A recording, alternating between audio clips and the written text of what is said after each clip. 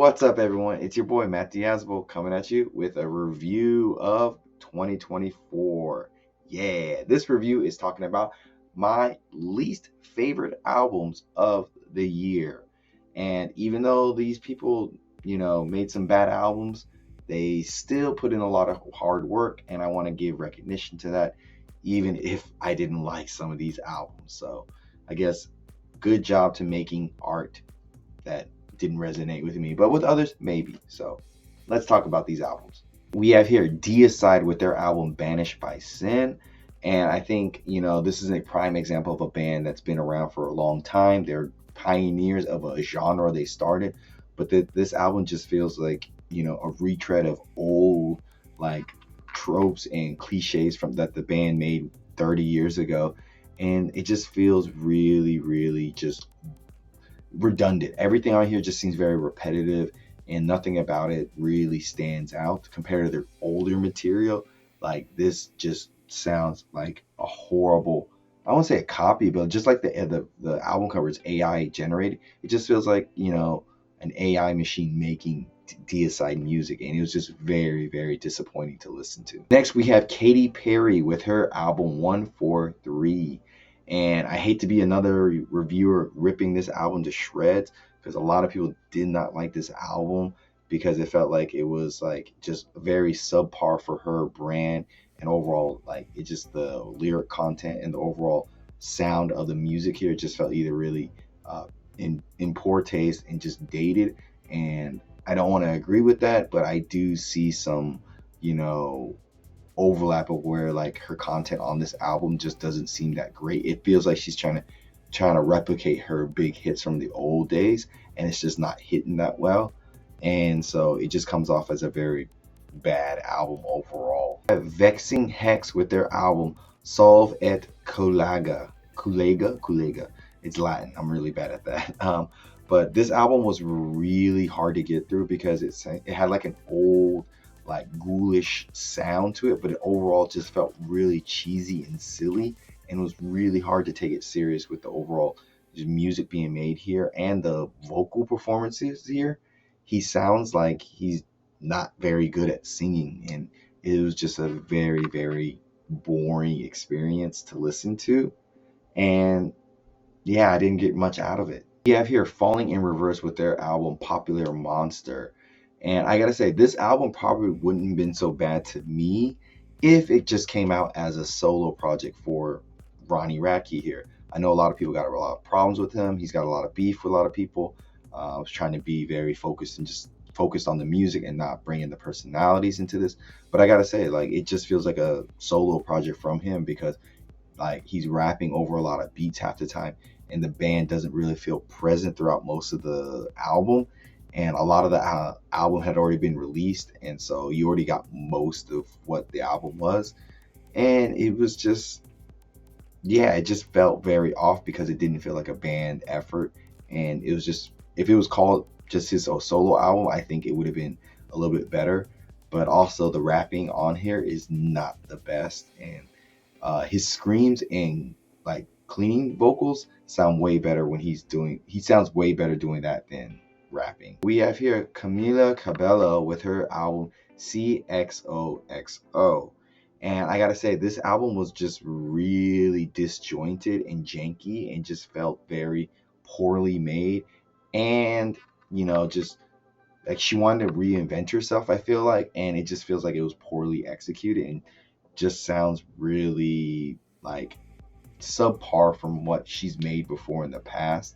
And I feel like she was trying to try and start a new style similar to Katy Perry, like reinvent her career, but it just comes off really, like, bad. Like, I feel like she was trying to make a brat album like Charlie XCX, but it just doesn't stand up to that level. We have Skillet with their album Revolution.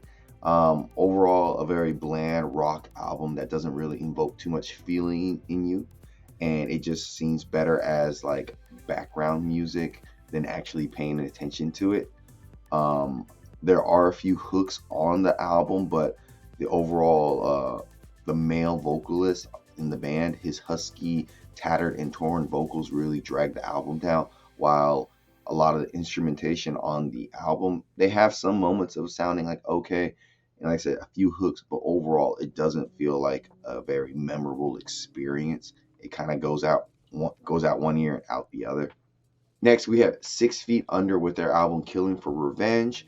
And all those years of me hearing like negative things about this band, I hate to say, but they might be true because, even though the main vocalist here is one of the most, or at least one of the first people to do like the whole death metal screaming stuff and everything, it's been 30, 40 years, however long it's been, and he sounds so untrained and unprofessional. And honestly, just really silly sometimes. It's hard to take it seriously while also having some really underwhelming death metal being made here with the guitars, drums, the song structures, the repetition of everything. It all just sounds bad, but at least there is some funniness to it because it just sounds so ridiculous. But it is a really rough album. Next, we have Hardy with his album Quit. And I gotta say, this is just a poor man's Post Malone with his really, really cringy lyrics, his really like weird mishmash of new metal and country. It's like everything like Post Malone could have been if he wasn't as like charismatic and talented. This is what Post Malone could have been like. But yeah, Hardy just makes some really bad genre choices here, some really questionable like lyrics, and just overall poor presentation with this album. Sabrina Carpenter with her album Short and Sweet. And my biggest gripe with this album was the lyrical content, because it feels like a lot of her lyrics, they seem a bit, I don't know, predatory / just overall creepy, because I kept listening to it and I was like, if a guy wrote this would sound weird, but since she's a girl, she's writing it. It's kind of okay, I guess. So I don't know if that's a weird double standard or not, but it was very weird listening to the lyrics because half the lyrics just felt very, poorly made and just come off creepy. And yeah, I just got the ickies while listening to this album. It was just not a very fun experience lyrically.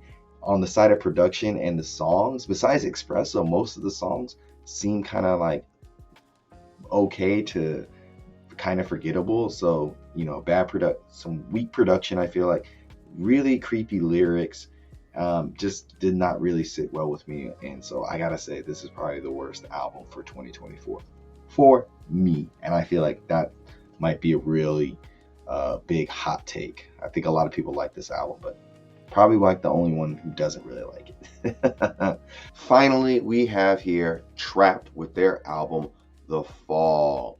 This was just one of the longest albums I've ever listened to because it's 15 minutes, 15 songs, with at least each song being like 3, 4, 5 minutes, but they feel twice as long because they seem so uninteresting, very repetitive, poorly produced, and just have a weird feel to them. Everything about this album feels off.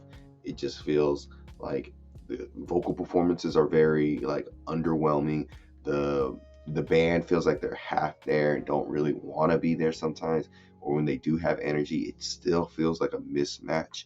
And like I said, it's just really long to get through, and it's almost the same song over and over for 15 tracks.